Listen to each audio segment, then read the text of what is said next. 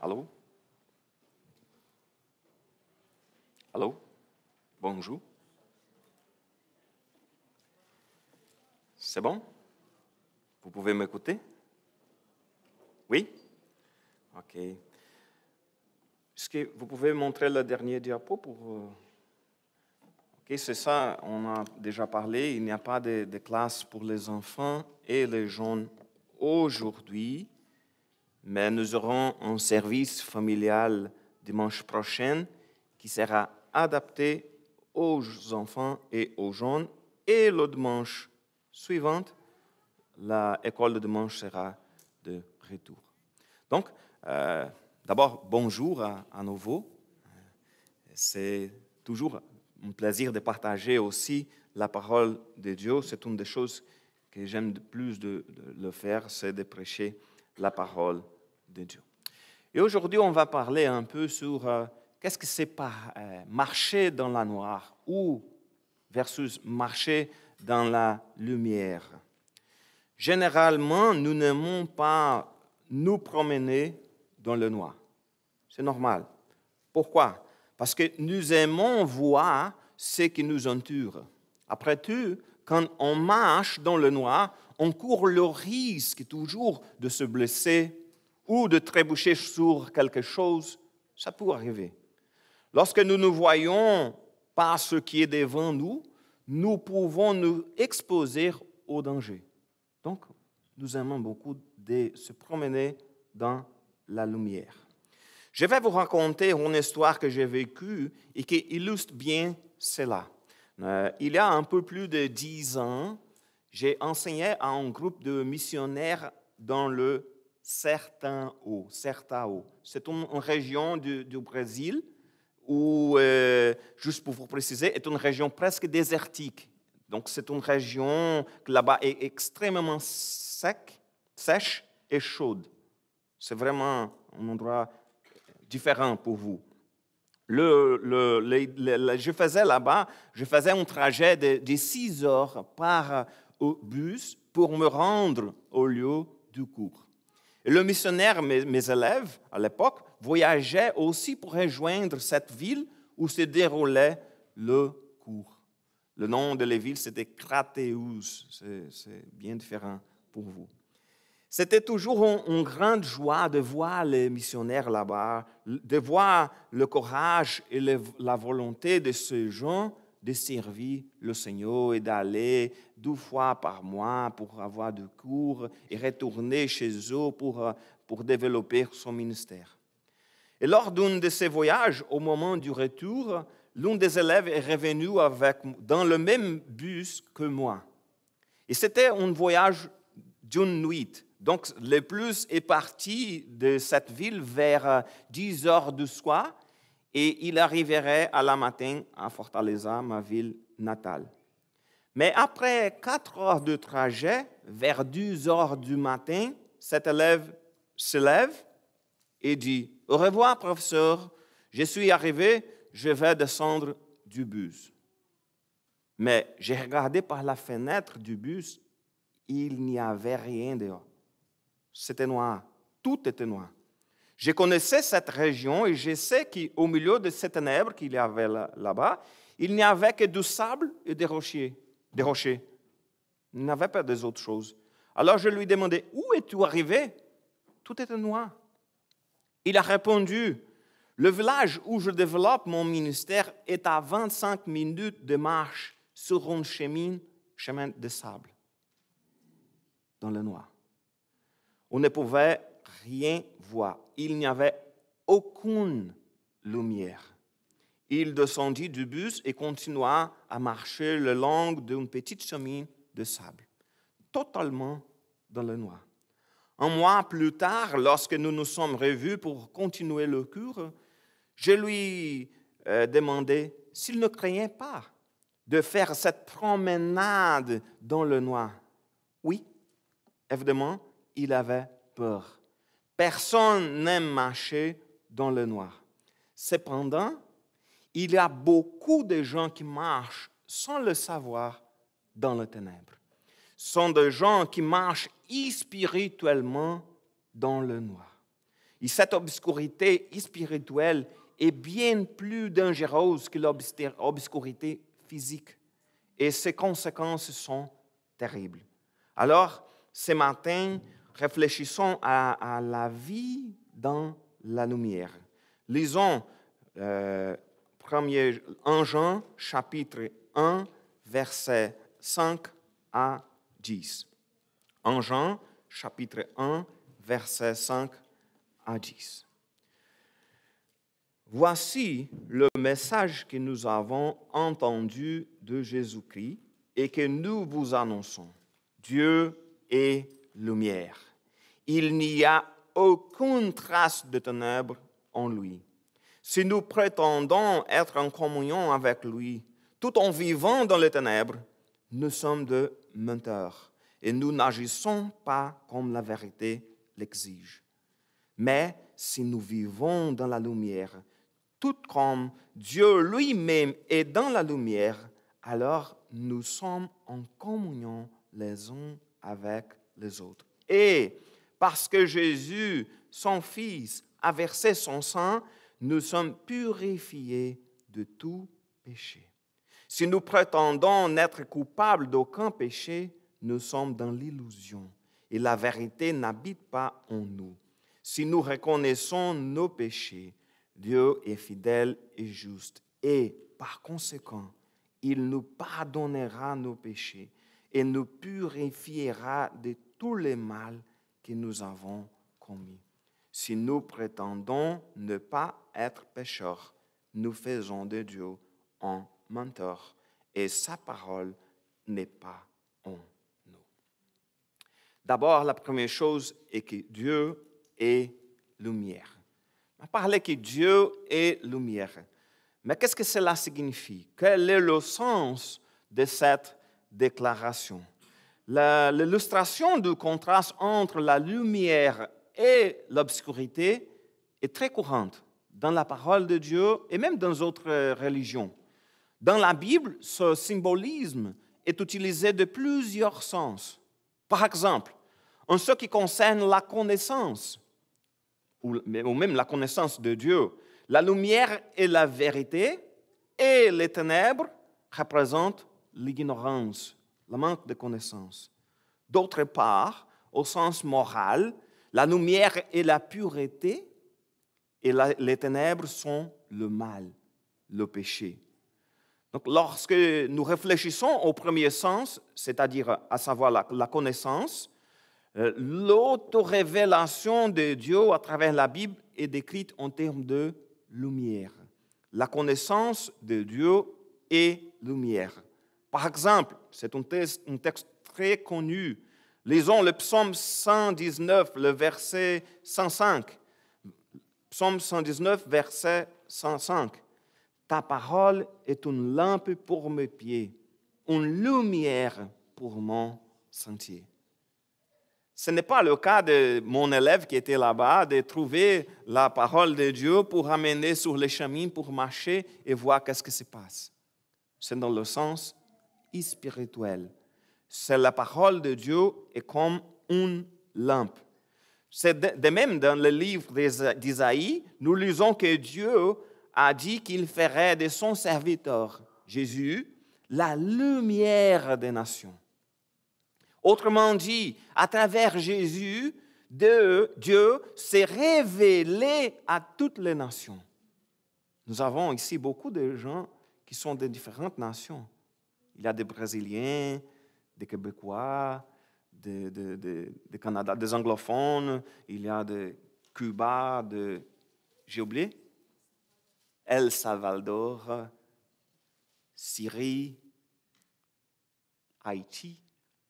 Donc, on vient de beaucoup de différentes nations. Et la parole de Dieu nous dit que Jésus sera, à l'époque il a dit, c'était dans l'Ancien Testament, la lumière des nations. À travers Jésus, Dieu s'est révélé à toutes les nations. Cette illustration de Dieu comme lumière, dans le sens où il s'y révèle, est très intéressante. Parce que tout comme la lumière, elle brille, révélant ce qui est caché dans les ténèbres, Dieu s'y révèle, nous montrant ce que nous ne pouvions pas voir. Dieu nous révèle sa parfaite pureté et sa majesté. Dieu est infini dans toutes ses perfections. Il est transcendant. Donc, il serait inaccessible, mais il veut être connu. Il veut nous raconter. Et c'est pourquoi il s'est révélé à nous. Nous n'étions pas capables de connaître Dieu par nous-mêmes. C'était lui. Il a décidé de se révéler à nous. Et en ce sens, il est important de souligner que Dieu est un être personnel. L'affirmation qu'il est lumière n'a aucun rapport avec l'idée absurde que Dieu n'est qu'une énergie. Je ne sais pas si vous connaissez des gens qui disent Dieu est une énergie, est quelque chose de pouvoir. Non, Dieu est il est tout puissant, mais il est un être personnel. Il aime, il peut être en colère, il s'y rapporte à nous. Parce qu'il est un être personnel. Il n'est pas une simple énergie, une force. Donc, d'abord, Dieu est lumière parce qu'il brille. Il s'y révèle à nous. Dans un autre sens, comme je l'ai déjà mentionné, l'obscurité représente le mal et la lumière représente le bien. La lumière représente ce qui est pur. Par exemple, lisons Ésaïe, chapitre 5, verset 20. Ésaïe, chapitre 5, verset 20. « Malheur à vous qui nommez le mal bien et le bien mal. Vous qui changez les ténèbres en lumière, la lumière en ténèbres. Vous qui changez l'amertume en douceur et la douceur en amertume. Nous ne pouvons pas nommer le mal bien. Et nous vivons dans une société où nous avons une tendance très forte d'échanger les choses. Des choses qui, il y a quelques années, non, ça, c'est pas correct, ça, c'est du mal. Aujourd'hui, les gens disent, non, ça va bien, chacun peut faire ses propres choix dans tous les domaines. Et notre société est corrompue jour après jour, elle se corrompt de plus. Donc, dans ces cas, la lumière représente le bien et les ténèbres représentent le mal. En ce sens, Dieu est lumière parce qu'il possède une perfection morale absolue. Une perfection morale absolue. Il est parfaitement pur. Dieu est lumière. Il est saint. Je ne sais pas, c'est intéressant parce que je ne sais pas qui a choisi les chansons d'aujourd'hui. C'était José ou c'était Philippe? Vous savez si c'était José? C'était José. Elle ne connaissait pas le texte biblique que j'ai choisi pour prêcher. Et je ne savais pas quelles étaient les chansons quand j'ai préparé la prédication. Et le texte parle de Dieu qui est saint, qui est pur, de nous purifier, d'être saint comme il est saint. Et c'est beaucoup de chansons que nous avons chantées aujourd'hui parlent du même sujet. Vous savez pourquoi? Parce que ce n'est pas José qui choisit des chants ou moi qui choisis le texte biblique. C'est Dieu qui contrôle et guide toutes les choses selon sa volonté. Il n'y a personne de saint comme lui. Dieu est lumière. Sa lumière est parfaite.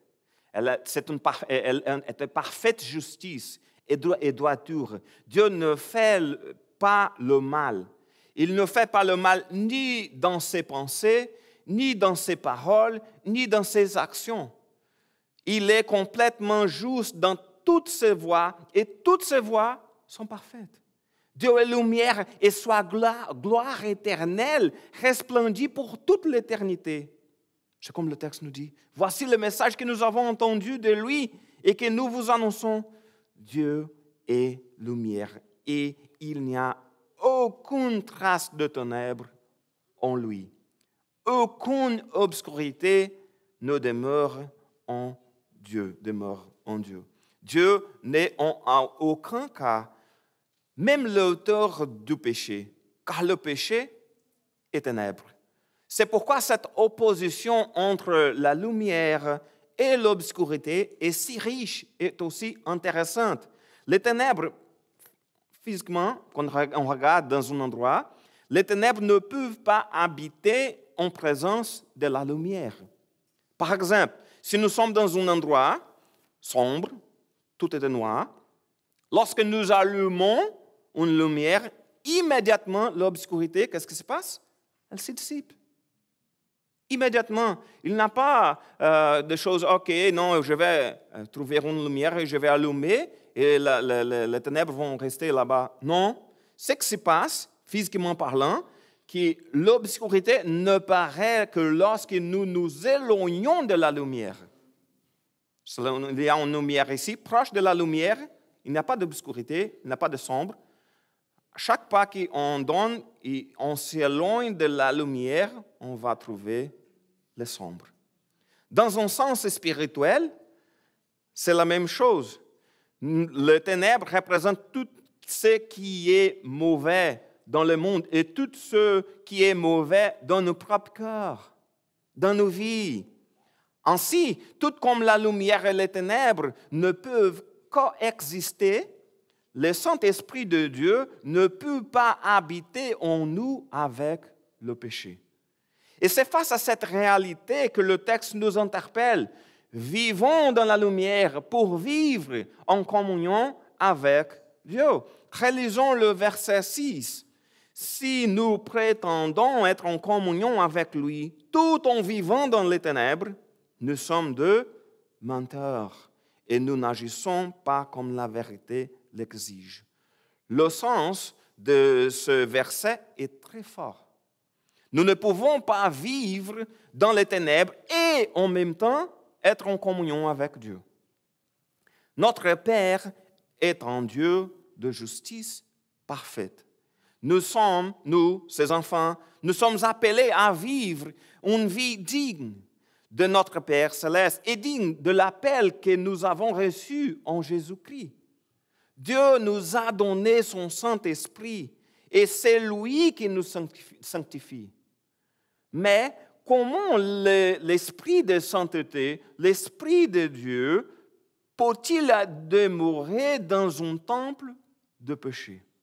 Il demeure en nous. Nos corps sont ce temple.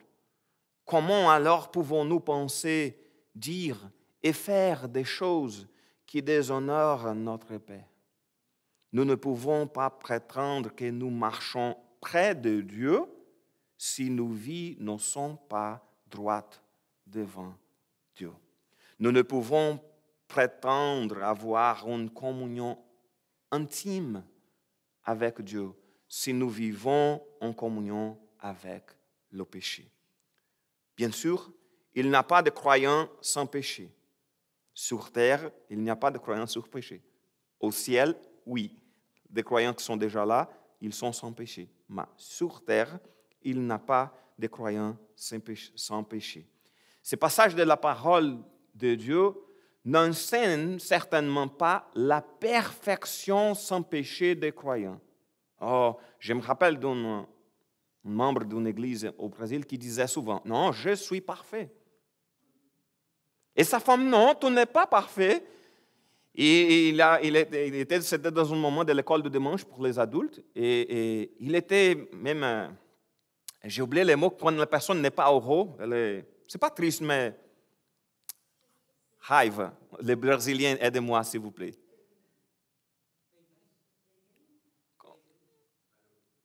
Ouais, fâché. Merci, Keila.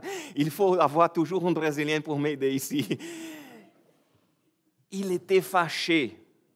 Et les autres ont demandé, mais pourquoi tu es fâché? Mais parce qu'il avait eu une chicane avec sa femme, parce qu'il disait, je suis parfait, et elle disait, non, tu n'es pas parfait. Oui, je suis parfait.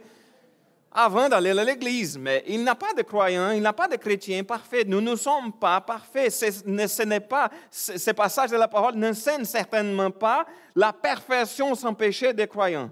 Non. Ce que dit la parole de Dieu, c'est que nous ne pouvons pas prétendre être en communion avec Dieu pendant que nous marchons dans le péché, que nous vivons une vie dans le péché, que nous sommes toujours dans le péché. Malheureusement, chaque croyant pêche. On pêche. Malheureusement. Et le texte lui-même indiquera la solution à ces problèmes un peu plus tard. Ce que la parole de Dieu interdit, c'est la pratique délibérée du péché, d'avoir une vie toujours dans le péché, d'avoir toujours le plaisir d'être en péché en disant « Ah, mais Dieu nous pardonne, donc je peux rester dans le péché. » C'est ça le problème. C'est l'idée fausse que nous pouvons mener une vie pécheresse. L'idée erronée que nous pouvons vivre dans le péché sans conséquence. Agir ainsi revient à se moquer du sang de Jésus. Oui, car cela signifie traiter le précieux sang de Jésus comme s'il n'était pas cher. C'était quelque chose sans importance. Jésus a payé un lourd prix sur la croix pour nous pécher. Alors comment se débarrasser du péché qui nous cerne si facilement de tous côtés? Par la parole de la vérité. Méditer et appliquer à nos vies par le Saint-Esprit qui habite en nous. Sans une recherche constante de Dieu et une alimentation régulière de la parole de Dieu, il ne peut y avoir de véritable sanctification.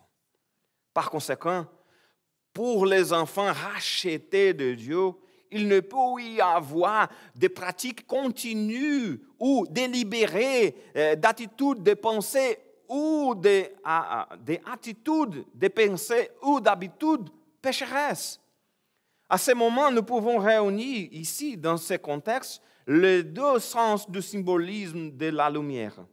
Le Dieu de la lumière ne nous donne pas seulement la révélation de la vérité de lui-même, mais il nous rend capables de marcher dans la lumière, de vivre d'une manière qui lui plaît.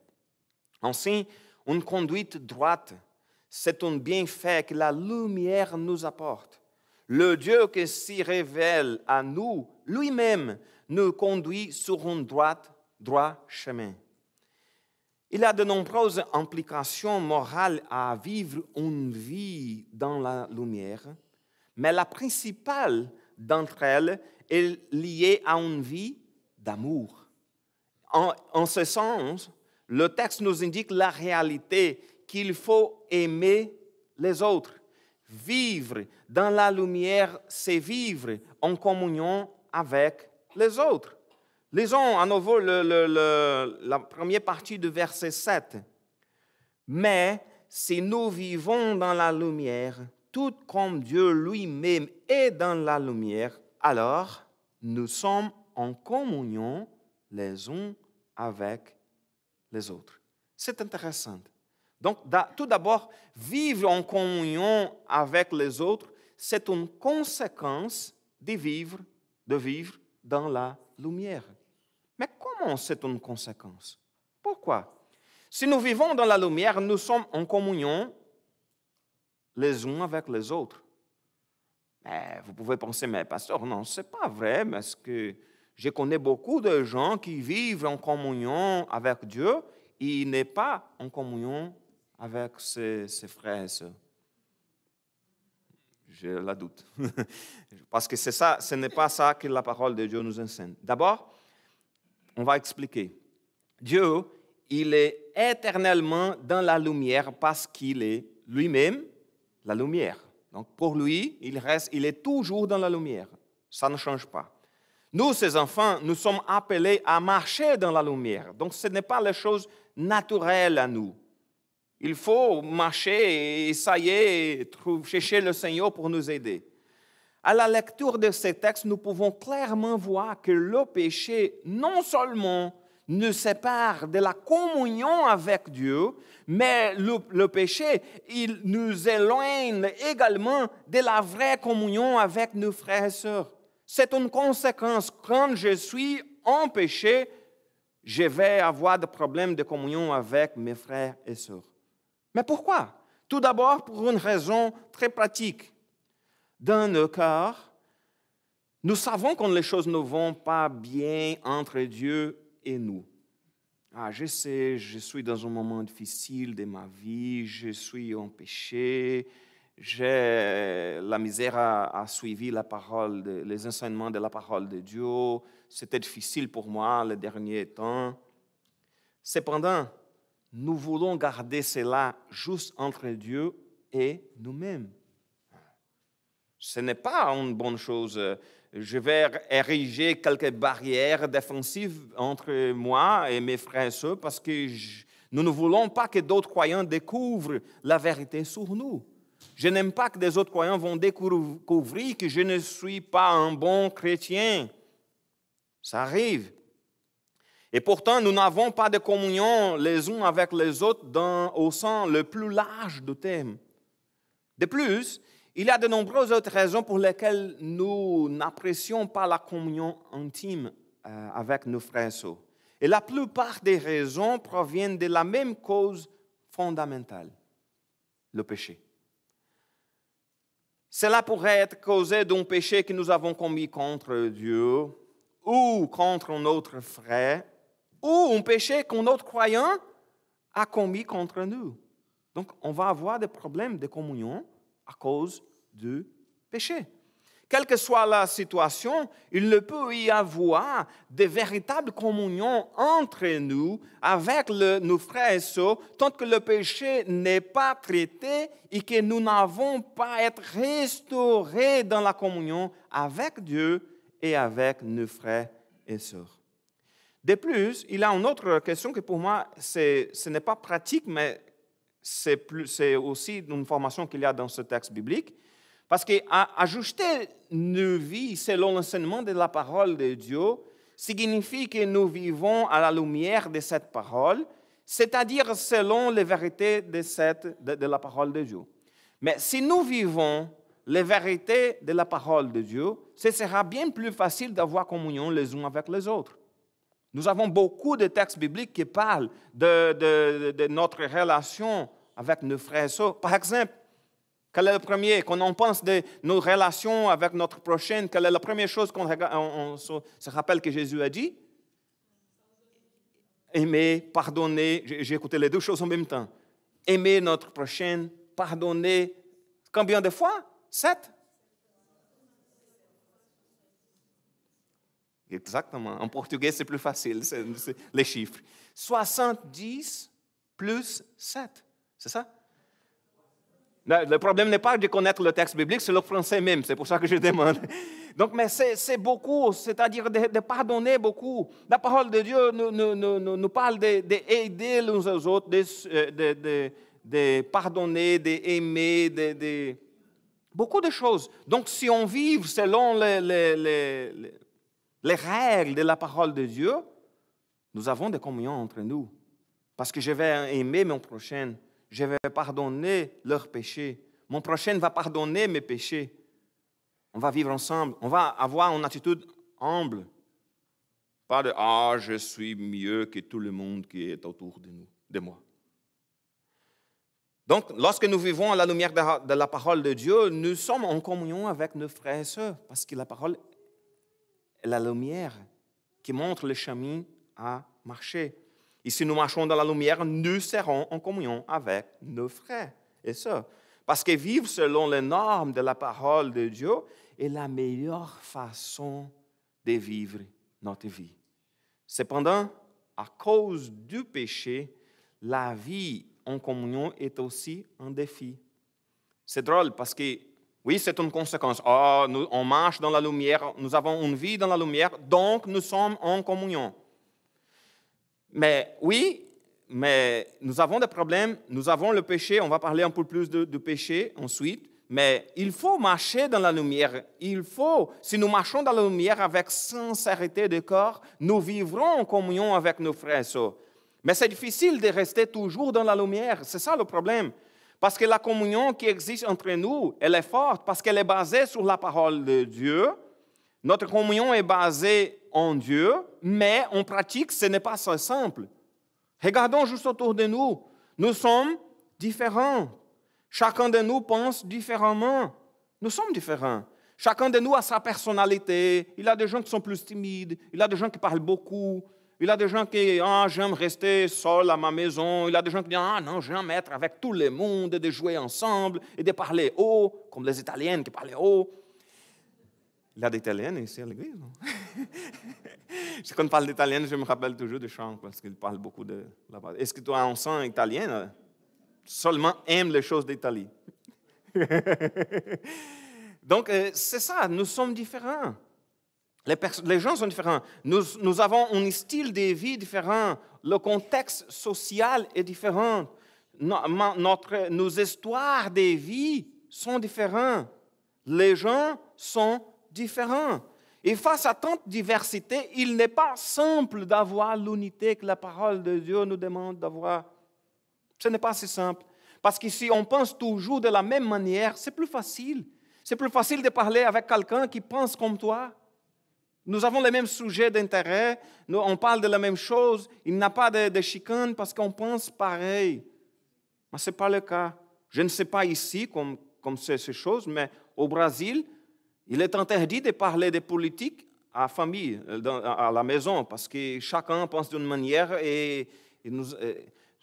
Si vous regardez la situation des États-Unis, c'est un moment de turbulence, la politique, au Brésil, je dirais que ce n'est pas pareil. Je pense que c'est pire. La situation là-bas, c'est vraiment difficile. Donc, c'est un sujet interdit. Si vous aimez regarder l'amitié, il faut ne pas parler de politique. Donc, nous sommes différents. Les choses sont différentes. C'est pourquoi l'apôtre Paul a lancé le défi suivant à l'église d'Éphèse. C'est Éphésiens chapitre 4, verset 3. « Esforcez-vous de conserver l'unité qui est dans l'esprit, dans la paix que vous liez les uns aux autres. » C'est intéressant, Paul parle. Esforcez-vous. C'est ça qu'il a dit. Esforcez-vous. Donc, ce n'est pas si simple. Esforcez-vous de conserver l'unité. Face à la diversité qui existe dans le corps de Christ, efforçons-nous de conserver notre unité. Nous avons besoin d'être unis dans l'amour de Dieu qui était répandu par le Saint-Esprit dans nos corps. C'est un défi qui devient plus facile quand nous sommes remplis de l'amour de Dieu, quand nous vivons dans la lumière et marchons en communion avec Dieu. Mais c'est exactement un défi parce que nous sommes tous pécheurs. Et ça, c'est le problème. Relisons le verset 8 et ensuite le verset 10. Si nous prétendons n'être coupables d'aucun péché, nous sommes dans l'illusion et la vérité n'habite pas en nous. Verset 10. Si nous prétendons ne pas être pécheurs, nous faisons de Dieu un menteur et sa parole n'est pas en nous. Nous sommes tous pécheurs. Et cela est un défi à notre communion avec les autres et aussi à notre communion avec Dieu. Si nous disons que nous ne péchons plus, nous nous trompons. Oui, nous sommes nés de nouveau. Oui, nous avons été libérés du pouvoir dominant du péché sur nos vies. Oui, nous ne sommes plus esclaves de pratiques et d'habitudes pécheresses. Oui, nous sommes libres de recevoir le salaire du péché, qui est la mort. Nous avons la vie éternelle. Cependant, cela ne signifie pas que nous sommes maintenant totalement libérés du péché. Malheureusement, nous sommes toujours pécheurs. Mais devant Dieu, et cela, c'est la chose la plus importante, devant Dieu, nous avons été justifiés et nous sommes considérés comme sans péché. C'est comme Dieu nous regarde et regarde-nous vers Jésus et regarde-nous sans péché. Parce que nos péchés ont été mis sur la compte de Christ. Cependant, tant que nous serons dans nos corps mortels, nous pécherons. D'où le défi de rechercher la sanctification. Une recherche qui sera toujours le fruit de l'action de le Saint-Esprit dans nos vies. Ce n'est que lorsque nous serons glorifiés et reçus dans la présence de notre Père, sans tâche, sans faute, que cette richesse ne sera plus nécessaire. Mais ici, c'est une richesse de chaque jour. Donc, si nous prétendons être sans péché, nous nous trompons. Nous nous trompons parce que nous nions le fait que le péché est toujours une réalité présente dans nos vies. Nous nous trompons parce que nous nions qu'il soit nécessaire de chercher constamment le Seigneur pour être purifié de péché et des attitudes pécheresses. Nous nous trompons si nous nions qu'il est nécessaire que le Saint-Esprit nous sanctifie jour après jour. Car la sanctification ne sera pas nécessaire seulement là où il n'y aura pas de péché. Et maintenant, que ferons-nous si nous devons vivre dans la lumière, mais que le péché est toujours en nous? Cette question nous amène au troisième point. Vivre dans la lumière, notre culpabilité et la grâce de Dieu. Vivre dans la lumière, c'est reconnaître notre culpabilité et accepter la grâce de Dieu. Relisons le verset 9. Si nous reconnaissons que nos péchés, Dieu est fidèle et juste et par conséquent, il nous pardonnera nos péchés et nous purifiera de tous les mal que nous avons commis. D'abord, reconnaissons nos péchés. L'attitude chrétienne envers le péché n'est pas le nier. « Oh, je ne pêche pas ». Mais l'admettre et recevoir le pardon que Dieu a rendu possible. La première étape est de reconnaître devant Dieu que nous sommes pécheurs. Oui, je suis pécheur. Je ne sais pas dans votre culture, mais dans la mienne, il y a des gens qui disent toujours non, je suis une bonne personne, je ne suis pas mauvais, je n'ai pas de péché. Les personnes qui ont des péchés sont des criminels, des personnes qui ont des problèmes avec la drogue. Non, pas moi, je suis une bonne personne. C'est ça l'idée qu'il y a dans la société. Mais la première étape, c'est exactement de reconnaître devant Dieu que nous sommes pécheurs. Nous sommes pécheurs parce que nous avons une nature pécheresse. Et aussi, nous sommes pécheurs parce que nous pratiquons encore des péchés. Même les chrétiens, tout le monde est pécheur. Un vrai chrétien n'est pas celui qui pense qu'il est une bonne personne. C'était des pharisiens hypocrites que ceux croyaient meilleurs que les autres. Pas les chrétiens. Dieu nous met au défi d'avoir une attitude humble. Lui seul est parfait. Jésus lui-même, lorsqu'il enseignait la prière, il a raconté la parabole. Je vous invite à ouvrir, c'est Luc, chapitre 18, verset 9 jusqu'au 13. Luc, chapitre 18, verset 9. Il raconta aussi une parabole pour ceux qui étaient convaincus d'être justes et méprisaient les autres. 2 hommes montèrent au temple pour prier, un pharisien et un collecteur d'impôts. En parenthèse, le collecteur d'impôts à l'époque, ce n'était pas aimé pour les gens. Je pense qu'aujourd'hui, ce n'est pas agréable d'avoir quelqu'un demander « OK, il faut payer des impôts ».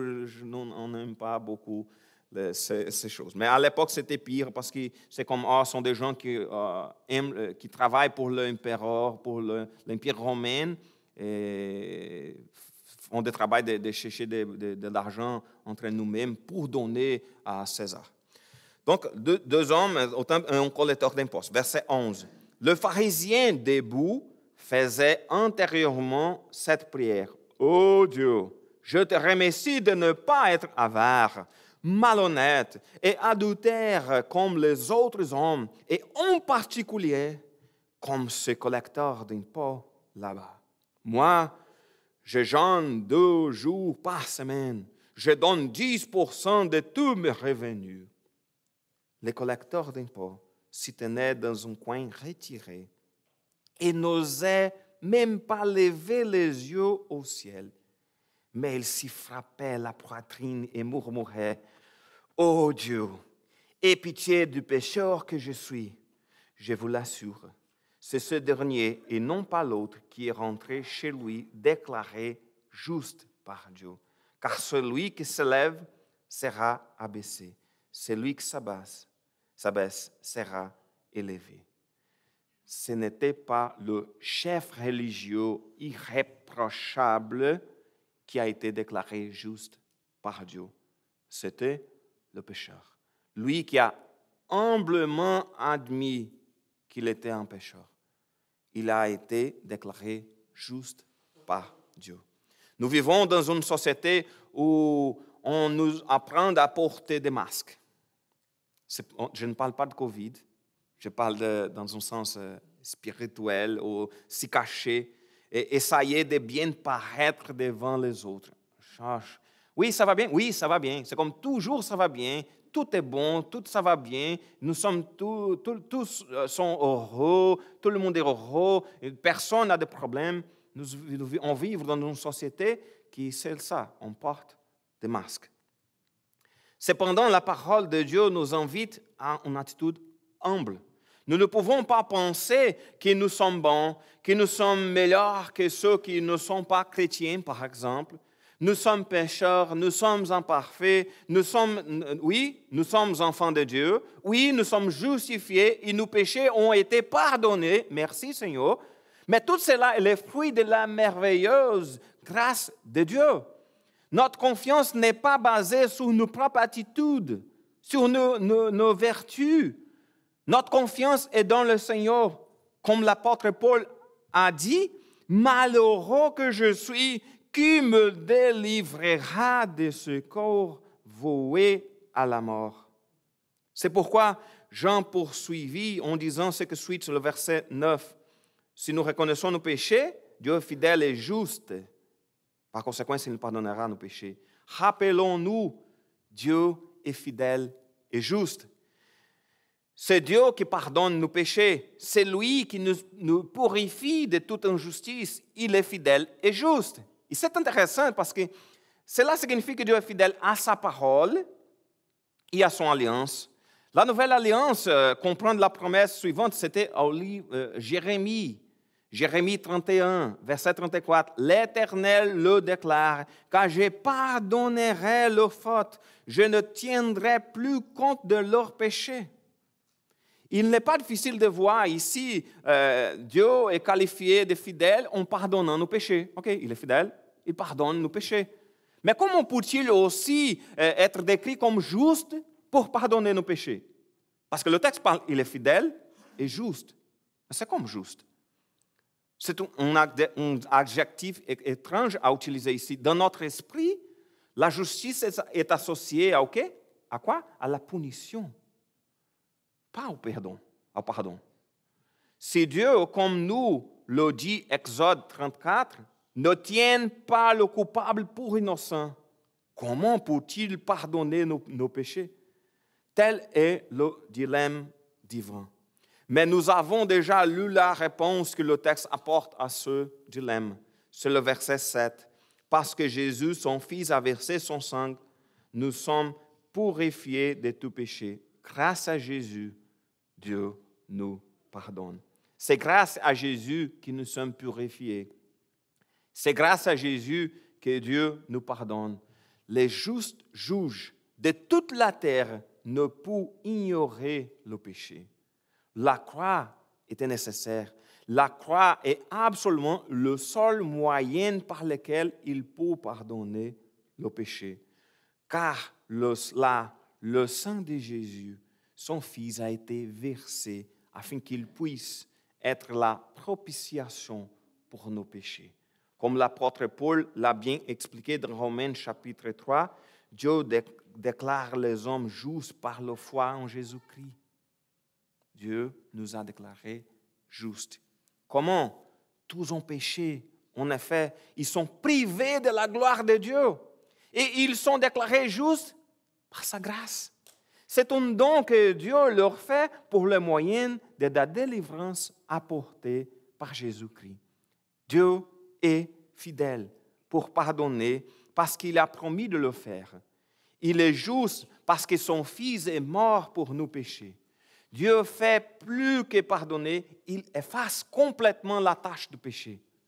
Dieu a fourni le moyen par lequel nous pouvons marcher dans la lumière. Dieu a fourni un moyen de nous purifier de tout péché. Parce que sinon, le péché présent dans nos vies gâcherait notre communion avec lui et notre communion les uns avec les autres. Et cette provision donnée par Dieu est le sang de Jésus, son Fils. Dieu a fourni le seul moyen par lequel nous pouvons vivre en communion avec lui, par la mort de Jésus pour nos péchés. Personne n'aime vivre dans l'obscurité. Nous marchons dans les ténèbres, comme mon élève, uniquement lorsque nous n'avons pas d'autre choix. On n'a pas de choix, il faut marcher pendant 25 minutes dans une chemin de sable pour aller dans le noir. Cependant, beaucoup de gens autour de nous vivent dans l'obscurité. Mais Jésus, il est mort sur la croix pour que personne n'ait plus besoin de marcher dans les ténèbres. La lumière du monde est venue à nous pour dissiper toutes les ténèbres de nos vies. Et par son sacrifice, nous pouvons vivre en communion avec Dieu. Nous pouvons vivre dans la lumière. Si certains d'entre vous qui nous écoutent marchent encore dans les ténèbres, je vous invite à confesser vos péchés, de dire, Seigneur, je suis un pécheur. Pour Dieu, vous libérer du péché. Vivons dans la lumière. Vivons en communion avec Dieu. Vivons en communion avec les autres. Merci, Seigneur, pour nous avoir libérés de l'esclavage du péché. Que Dieu vous bénisse. On va prier maintenant. Merci, Seigneur. Désolé. Que Dieu nous bénisse et nous donne la sagesse de vivre dans la lumière. Prions. Merci, Seigneur, pour ta bonne parole qui nous enseigne ce défi de vivre dans ta parole. Mais merci, Seigneur, parce que ce n'est pas pour notre propre force, c'est ton Saint-Esprit qui habite en nous, qui nous donne la capacité de vivre selon ta volonté. Merci, Seigneur, pour Jésus qui a vertu son sang sur la croix. Et grâce à son sacrifice, nous avons le pardon de nos péchés. Merci, Seigneur, pour être la lumière. Merci, Seigneur, pour ta parole qui est la lumière pour nos vies. Guide-nous toujours selon ta volonté. Bénis chaque membre de notre Église. Bénis ceux qui nous écoutent vers YouTube, ceux qui sont ici, qui ne sont pas membres de notre Église, mais bénis chacun d'entre nous. Donne-nous toujours la sagesse de vivre selon ta volonté. Donne-nous la force. Et merci, Seigneur, parce que même nous sommes pécheurs, mais tu nous aimes et as donné son Fils pour mourir à notre place. Donne à chacun de nous une bonne semaine au nom de Jésus. Amen. Que Dieu vous bénisse. Donne à chacun de vous une bonne semaine.